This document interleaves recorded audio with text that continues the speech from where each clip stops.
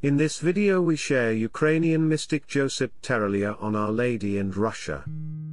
The following comes from Medjugorje Magazine 1990, in an article entitled Modern Martyrs, which stated, Josyp Terelya's story, plus his account of things to come, things that have recently come to pass or are happening today.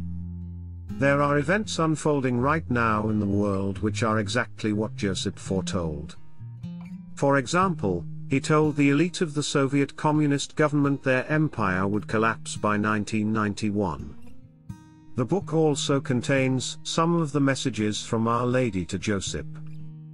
It was at the early age of 14 that Josyp Terelya began working to evangelize the Russians, through promoting devotion to the Sacred Heart of Jesus. During the 1960s, 1,000 young men at a time would gather to worship the Eucharist. They organized discussions and seminars in secret, in barns and private homes, with guards watching. By the time a young man became 15, he knew his faith and he was ready to speak it to others with conviction. It was real Catholic action, and even then Josyp was seen as a leader by his peers. At 19, Josyp was conscripted into the army. He arrived at the recruiting center carrying his Bible and Catholic literature. He told them he was joining the Soviet army to evangelize the soldiers to Catholicism. They sent him home and 2 weeks later he was arrested. This was in 1962. He was given a 4-year sentence, which was extended over and over until he had spent 15 years in prison, living under extreme torture. In February 1972, Josyp was thrown into a cell one evening to be frozen to death. The Soviets would lower the temperature of the room and the prisoner would freeze to death by morning. He had only a thin blanket.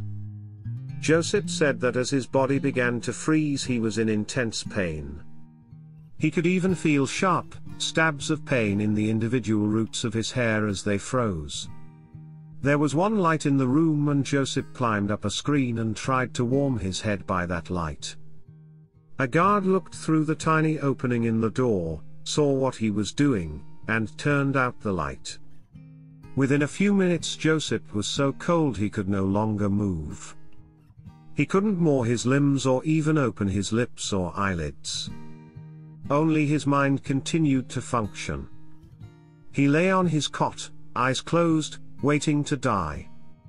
Suddenly he felt the touch of a woman's hand on his forehead, and over his eyes. It was warm and it had the fragrance of milk. He felt the whole room becoming warm and his own body also. He heard a voice, "You called me and I have come to you." She told him when he would be released, that he would be unharmed, and consoled him in this trial. After the Blessed Virgin disappeared, I took off my shirt and started walking around the cell, that's how warm it was. I was sweating. After half an hour the KGB officials and prison hierarchy came to the cell, along with a doctor, all in fur hats and warm coats. They could not believe I was still alive, let alone standing there without a shirt. They were furious and demanded to know what had happened. I told them the Mother of God was here with me.